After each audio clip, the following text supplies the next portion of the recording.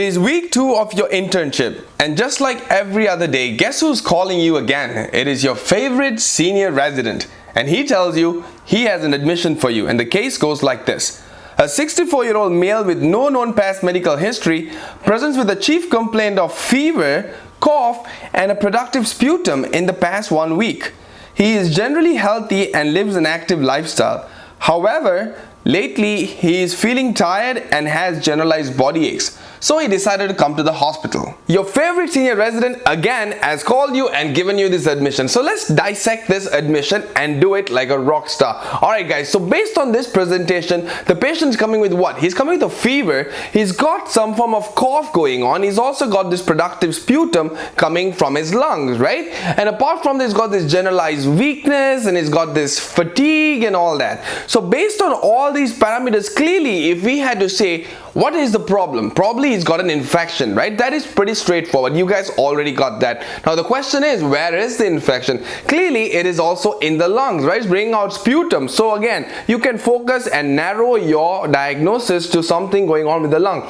The next real question is it an upper respiratory infection or is it a lower respiratory tract infection? When you look at upper respiratory tract infection, you can still have some amount of sputum. However, if you are having some sort of yellowish, brownish, greenish, purulent, large volume sputum with high fevers, most of the time that's going to be a lower respiratory tract infection. Alright, and now in order for you to figure this out and figure out exactly what's going on, you must do a physical exam and order some labs and certain forms of radiologic tests, right? So let's dive right into your physical examination. Alright, so you guys already know that physical examination becomes a very crucial part of your internship. So let's dive right into the physical exam and we'll see what the patient's got. So based on the patient's physical examination, you got a vital sign, a blood pressure of 110/90, that's very important for you to note down, a heart rate of 95, respiratory rate of 20, and a temperature of 101.0 Fahrenheit. So clearly the patient's got a fever, he's getting tachycardic, he hasn't hit 100 yet, but you see the guy is actually getting tachycardic. Blood pressure is 110/90, kind of getting onto the lower side if you may say, right? Alright, so that's present. Now general examination, the guy looks fine, he looks completely normal, he looks a little tired but he looks fine. Alright, he's not in acute respiratory distress like he's desaturating or anything like that.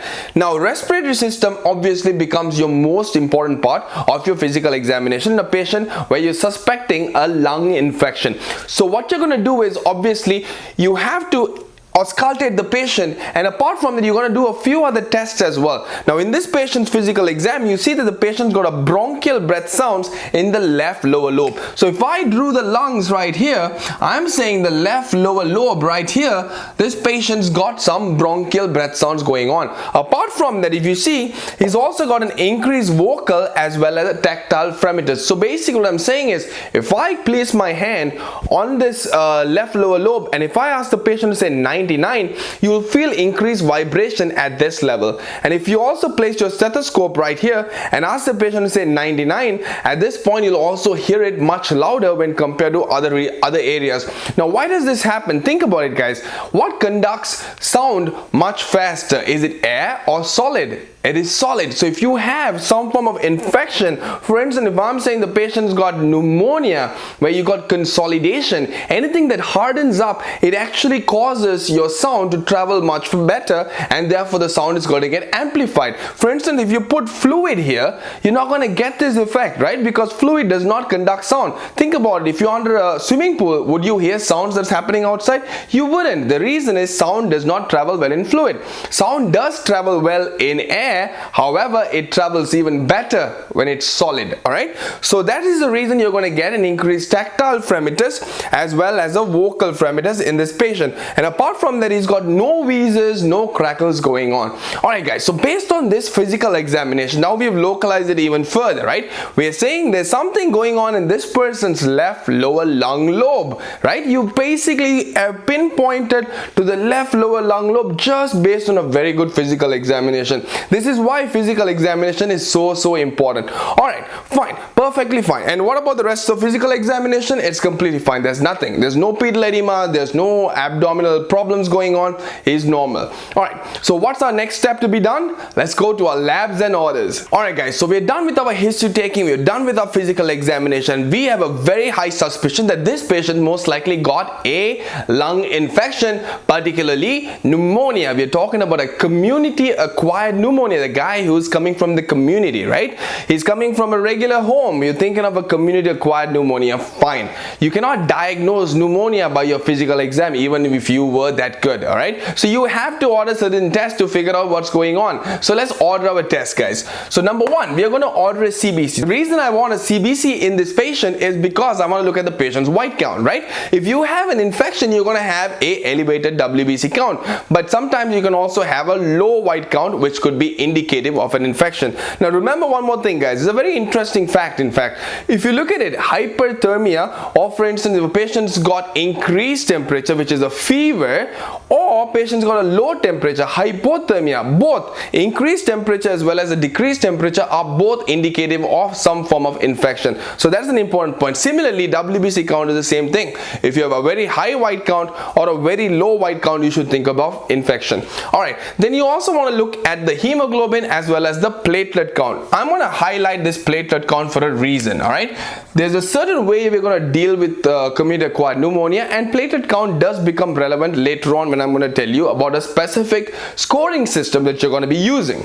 Alright, then CMP is important because you want to note down the BUN. Again, I'm going to highlight the BUN because it also belongs to a certain scoring system. Alright, now creatinine you want to find out, again, if you recall from the previous lectures, anybody's got infection, if they're becoming septic, if the blood pressure is starting to drop, you're going to affect your kidney, so your BUN and creatinine is going to start to rise, right? That's the reason you actually want to get a BUN, creatinine, and you also want to find out what the electrolytes are in this patient, right? You got your two basic orders, CBC and a CMP. Awesome, right? You've done that part. But how can you tell me that the patient's got pneumonia? What is your gold standard test, guys? What is your gold standard test? It is in fact the simplest of tests, which is gonna be your chest x-ray. You do a chest x-ray, and what are you looking for? You're looking for the presence of an infiltrate, right? You're looking for infiltrate or consolidation. Presence of an infiltrate. It could be in just one lobe, such as your left lower lobe, or it could be widespread in multiple places. The simple rule is this: if you have a lobar pneumonia, at that point your lobe is affected, but if you got a bronchopneumonia, then it could be widespread in a very haphazard pattern, right? The most common cause for a lobar pneumonia is in fact going to be Streptococcus pneumoniae, whereas if you think of the bronchopneumonias, at that point you're going to be thinking more of your atypicals, such as your mycoplasma, right? Your chlamydia. Those are the kind of things you're going to think about. But most of the time, the cases that you're going to be seeing in the hospital, I want you to be able to manage the simplest of cases, which is going to be your community acquired pneumonia, which is a lobar pneumonia. All right, so you do a chest x-ray and you see an infiltrate, and all in well, you have now diagnosed a community acquired pneumonia. However, it could get tricky. Now the thing is this: what if you have a suspicion for a patient of having pneumonia, but you do the chest x-ray and guess what? There is no infiltrate. What then? Does this mean you can rule out pneumonia? Yes, in fact, most times if you suspect pneumonia, you got a chest x-ray but there is no infiltrate, at this point you should actually rule out pneumonia because this is your gold standard test. However, there are certain times when the infiltrate doesn't show up for a reason, and that reason in fact is going to be dehydration. If you see a patient is very dehydrated, patient is in some form of hypovolemic state, right? In those patients you would see that if you do a chest x-ray, even though you have a very high suspicion, you will never see an infiltrate. It often takes about 1 to 2 days of fluid hydration before the infiltrate actually shows up on the chest x-ray. Interesting fact, right? So this is important. So most times you do a chest x-ray, no infiltrate, no pneumonia. But sometimes if you have very high clinical suspicion for pneumonia and the chest x-ray does not show the infiltrate, you should actually treat them empirically and wait 1 to 2 days, repeat the chest x-ray, so you'll see the infiltrate. That's it. Perfect. Now what about the CAT scan, guys? I put a big red here. CAT scan. Do we have to get a CAT scan, a CT of your chest to diagnose pneumonia? Please say no. You do not have to use a CAT scan to tell if the patient's got pneumonia. You use a chest x-ray. Chest x-ray is good enough. You don't have to give extra radiation to this person just because he came under your care. Alright, so no CAT scan. It is unnecessary test unless you have a very high suspicion and you're not sure, is this a pneumonia, is this something else, is this some form of pleural effusion going on, you're not sure. If you come to a dilemma where you're not sure, at that point you could do a CAT scan. Yes, fine. Now another time you could do a CAT scan of your chest is, say you're treating a patient with pneumonia, you diagnosed it with a chest x-ray, you're treating him with antibiotics, but the patient is worsening and worsening and worsening, and at this point you're seeing if any complication has developed. Maybe there's an empyema, maybe there's a locular effusion going on, right? At that point, if you're worried about something else that's happening, a complication, at that point you can also go ahead and get a CT chest. But as a baseline to diagnose pneumonia, please do not order any form of CAT scan to diagnose pneumonia. Now I want to talk about a few other tests. When would you do a sputum culture? Do you need to know the organism for the patient? Because most patients who are coming from the community have what? Pneumonia. They got Streptococcus pneumoniae as the cause for pneumonia. Studies have actually proven this. So if we are so sure, right, do we have to find out what the sputum culture is? You don't, right? If you're treating a patient empirically and you're going to send this person home, at that point you don't have to do sputum cultures. So question is, when would you do a sputum culture? When would you do a blood culture? And when would you do certain fancy tests? And the fancy test I'm talking about is a urine pneumococcal antigen, a urine Legionella antigen, or you could do in the blood chlamydia pneumonia and mycoplasma pneumonia PCR molecular tests, right, to see if these organisms are actually causing these infections. In fact, you can also do viral PCRs. You can actually do viral PCRs too, because viral infections can also cause pneumonia, such as what viruses? Influenza A, Influenza B, para-influenza, and certain adenoviruses. These viruses can also give you pneumonia, but are they the most common? They are not. So you don't always order them as a routine test. Okay, so when would you order a sputum culture? Let's talk about sputum culture first. So how we're going to talk about sputum culture is, there is a way we are going to get into assessment and plan to discuss how we are going to manage. The important question we need to ask is your patient going to be treated at home? Is your patient going to be treated in the hospital, or is your patient going to the ICU, right? There's multiple different places this patient can be going. We'll get to that in assessment and plan. But right now, I want to remember sputum culture you will do if your patient is going to the ICU. If your patient is going to the ICU, you will do a sputum culture. And if your patient failed outpatient therapy, at that point you will do a sputum culture. Well, what about blood culture then? It follows the same rule, guys. If your patient is going to ICU, you will do a blood culture. If your patient failed outpatient therapy and now he's getting admitted as an inpatient, at this point you will do a blood culture as well. And again, remember, when you come into such critical situation where your patient is going to the ICU or failed outpatient therapy and is getting admitted, these patients you must get the sputum culture, blood culture before you give antibiotics. Alright, you must do it before, because obviously if you do a culture after giving antibiotic, it could be falsely negative, right? So it's important. So again, sputum culture and blood culture are not routine. They are not done routinely. Failed outpatient therapy and the ones who are going to ICU, you will do these two tests. Fine. What about your fancy test, pneumococcal urine antigen, Legionella urine antigen? All these tests you can again do in patients who are going to the ICU, the patients who are not improving, the patients who you're treating with empiric antibiotics but are not showing improvement. At this point, you got to think outside the box. You're going to think about other causes, right? So if a patient's going to the ICU and you're not sure if your treatment's working, you want to find out what else is going on. At that point, you can do a pneumococcal antigen in the urine to see if the patient's got pneumonia. With regards to Legionella, you again think about Legionella, you should think about water, guys. Whenever you guys go to supermarket and you get this water getting sprayed in your face, think of Legionella, waterborne, right? It's waterborne. So remember, oftentimes it can come like an outbreak in a certain area. So Legionella comes with water. That's how you're going to remember Legionella. Alright, now chlamydia and mycoplasma both are atypical pneumonias which could be causing pneumonia in your patient. So if you're unsure, your treatment's not working, it's only then that you'll do this test. It's not a routine test. Alright, so fine, we've done that part. Last but not least, I want to talk about ABGs. Would you do an arterial blood gas in your patient who's coming with a suspected pneumonia? Even if you've diagnosed a pneumonia, do you need to do an ABG? Absolutely not, right? Never do an ABG in a person who's saturating at 100% on room air, guys.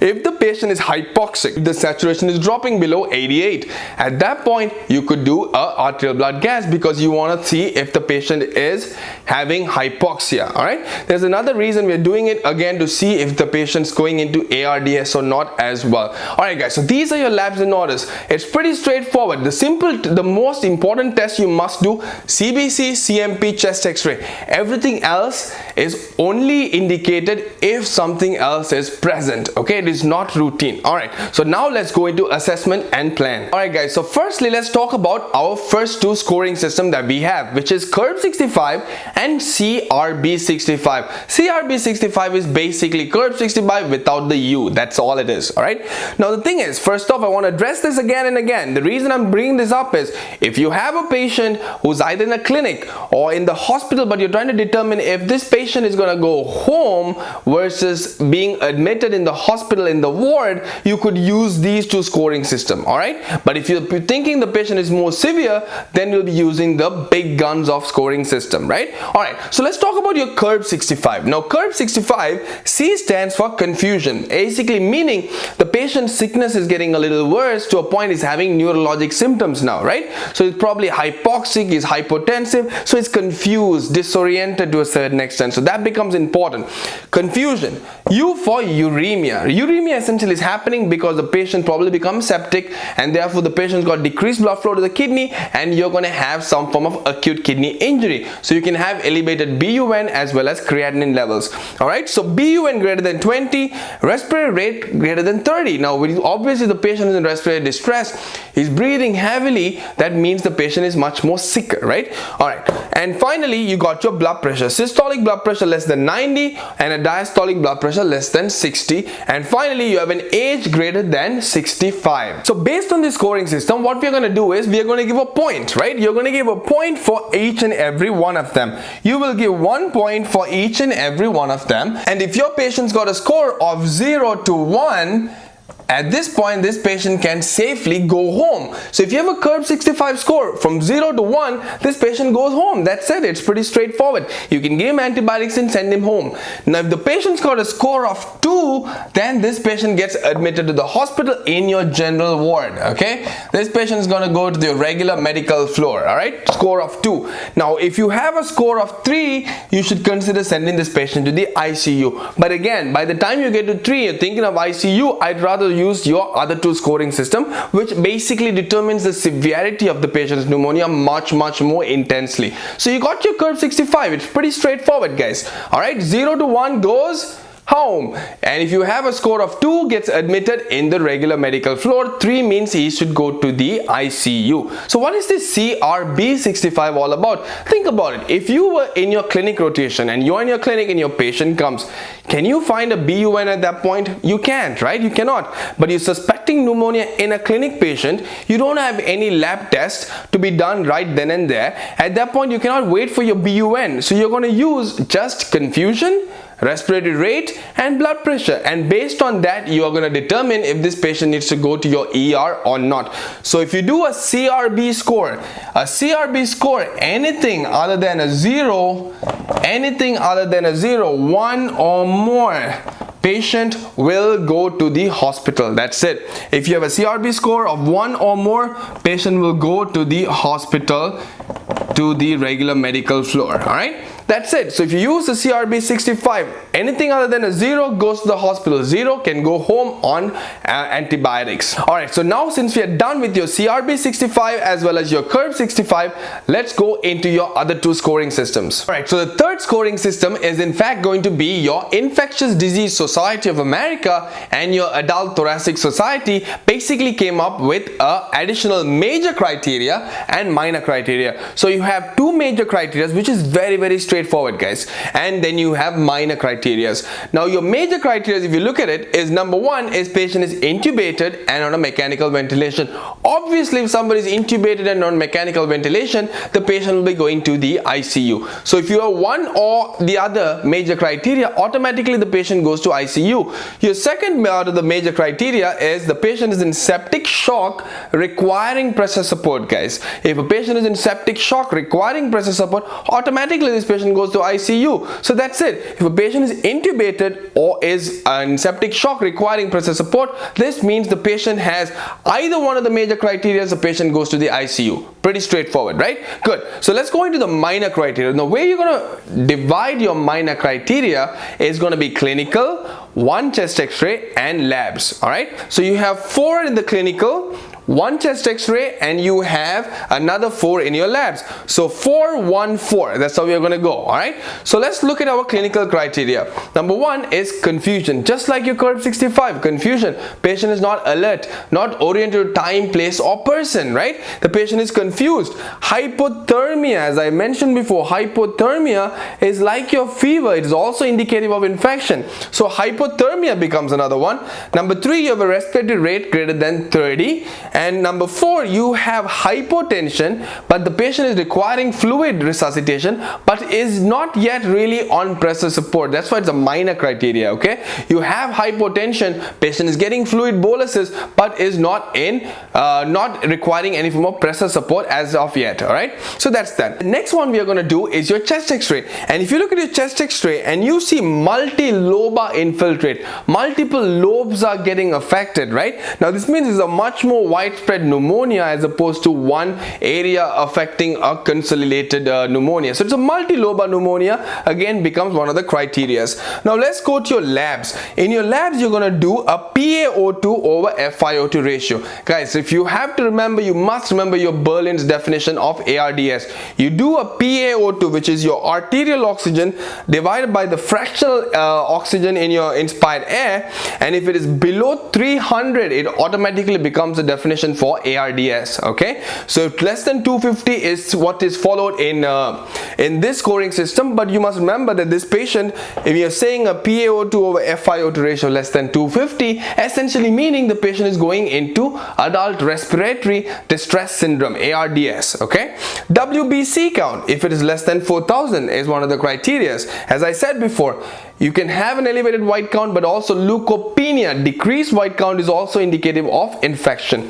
Then you have a platelet count, thrombocytopenia, decreased platelet count, 100,000 or going less. Reason is, if a patient is in overt shock, right, sepsis itself can cause bone marrow suppression and cause a decrement in your platelet count. So that is important. It tells you how severe this patient's condition right now is. All right, finally you got a BUN greater than 20. As I already explained, if somebody is going into sepsis, you're going to have decreased blood flow to your kidney and cause an acute kidney injury. So there we go. These are your minor criteria. So you have 2 major criteria and 9 minor criteria.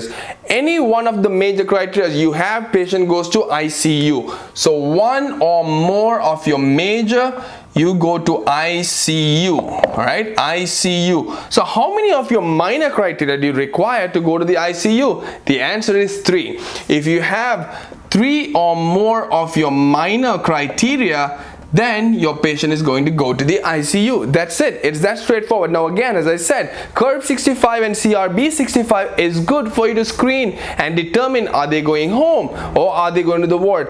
But the moment you come to the big game, when you're suspecting, all right, the patient is more sick, he needs to go to ICU, you need to use this scoring system to determine if they're going to go to the ICU or not.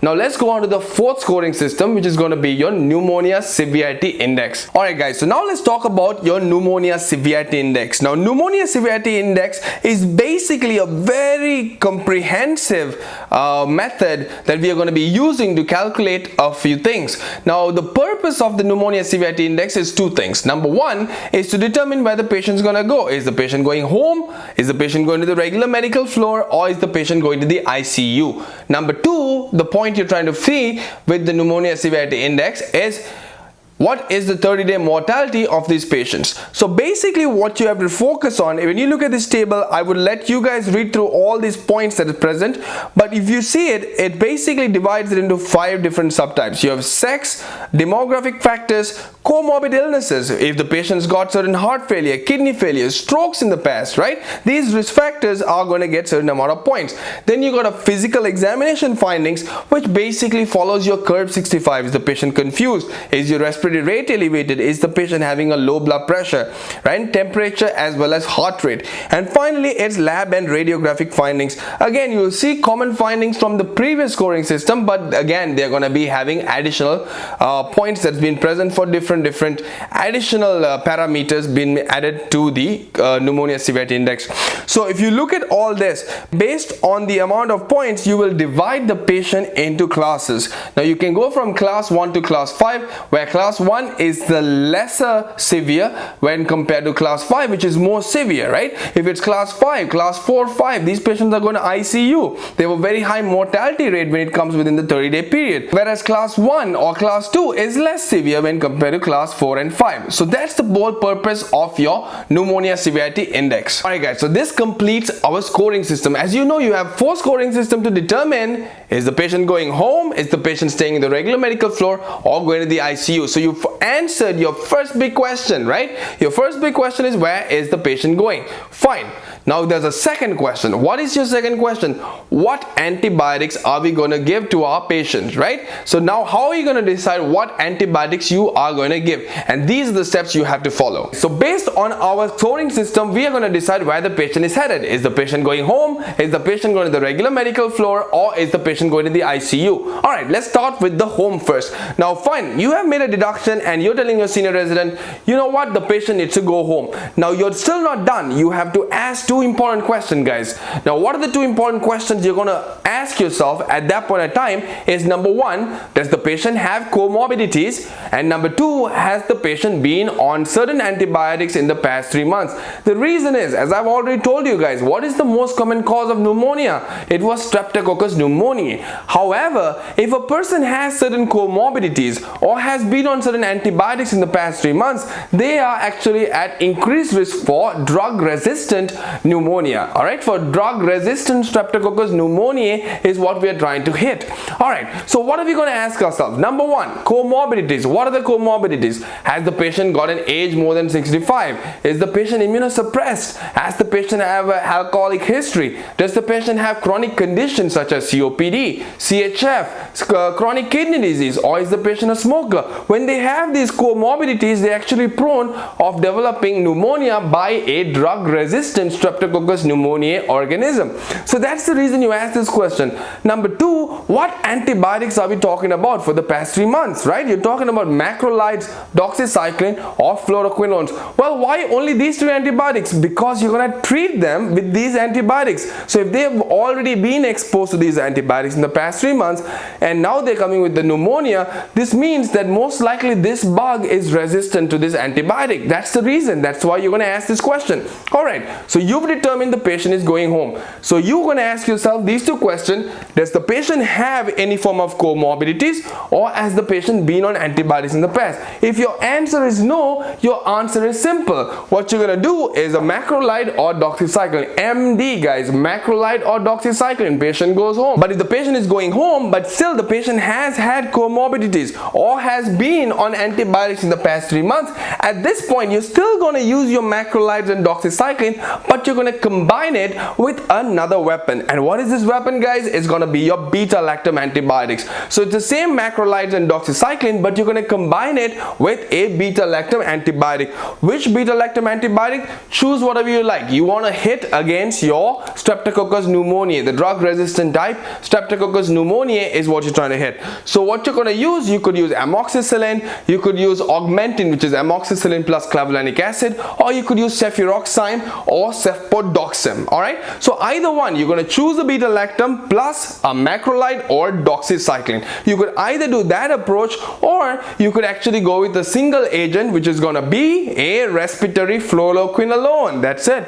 So respiratory fluoroquinolone you're going to use could be levofloxacin, moxifloxacin, or gemifloxacin. So the treatment of a patient who's actually going home is so straightforward now, right? The antibiotics that you're going to be using is very, very simple. It's macrolides, doxycycline, or you're going to go with a beta-lactam plus macrolide, or a beta-lactam plus a doxycycline, or respiratory fluoroquinolone. And the two big questions you're going to ask yourself is, does the patient have comorbidities, or does the patient have taken antibiotics in the past 3 months? Alright, so now let's move on to the regular medical floor. So a second place we're going to treat our patient is going to be regular medical floor. And if you're worried saying, oh my god, we got to memorize another big thing, no, you don't have to. I want you to look at this very carefully, guys. If you're going to treat your patient in the regular medical floor, look at your medication. What are the two groups you're using?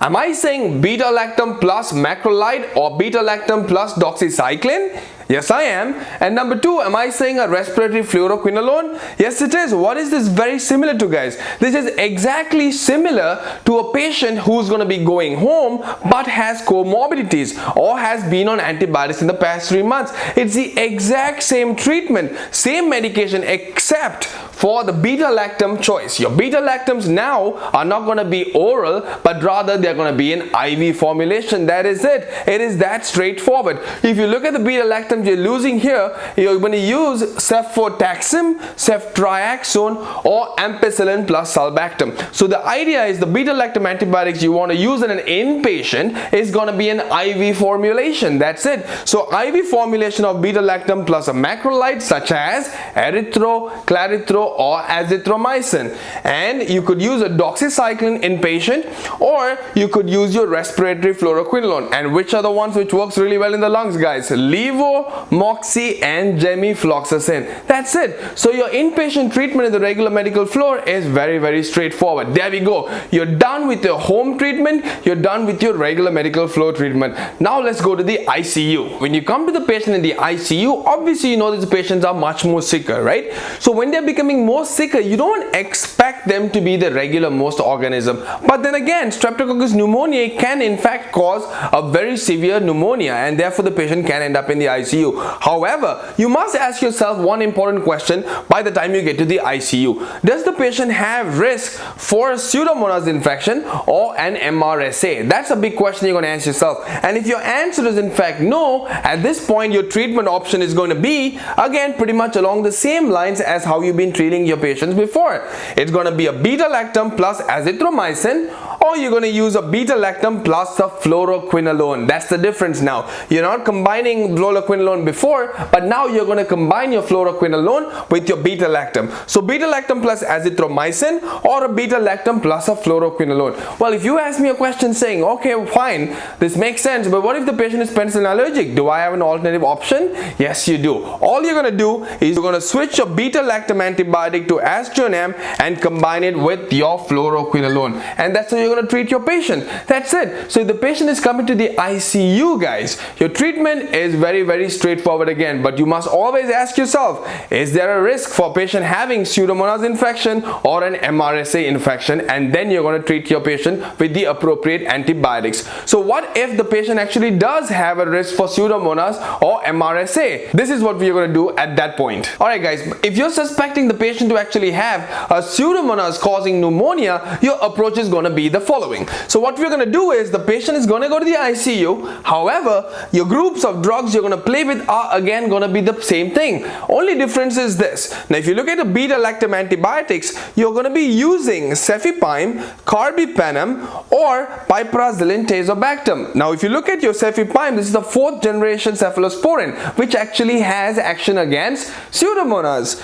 If you look at your carbapenems such as imipenems, meropenem, these medications have action against Pseudomonas. If you look at 4th generation penicillin such as piperazolone tazobactam combination actually has effect against Pseudomonas. So the beta-lactam, are you using it again? Yes, you are. But what are you using? You're using an anti-pseudomonal beta-lactam agent. That's it. And you're going to combine this just like previously with the fluoroquinolone or azithromycin.